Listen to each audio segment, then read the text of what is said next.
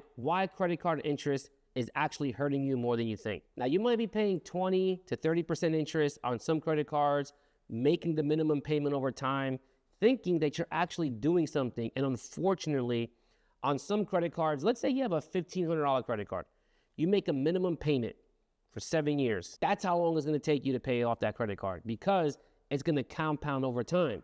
So where you're thinking, hey, I'm making a minimum payment, I'm not late, I'm not adding more debt, I'm not applying for more debt, I don't have any collections. The thing is when you're only making the minimum payment, the bank is actually winning and not you.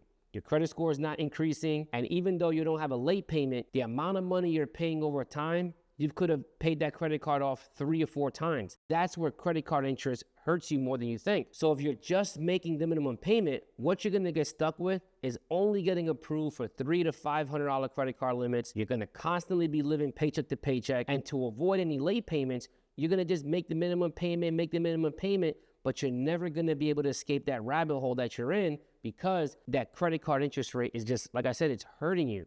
So you wanna make sure that you try to make more than just the minimum payment.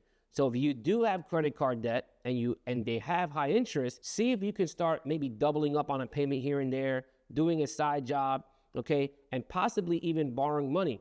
And this is where getting a personal loan, if you're able to get approved, you can wipe out all that credit card debt, pay one fixed payment on installment, and not have to worry about all those monthly payments when it comes to credit cards.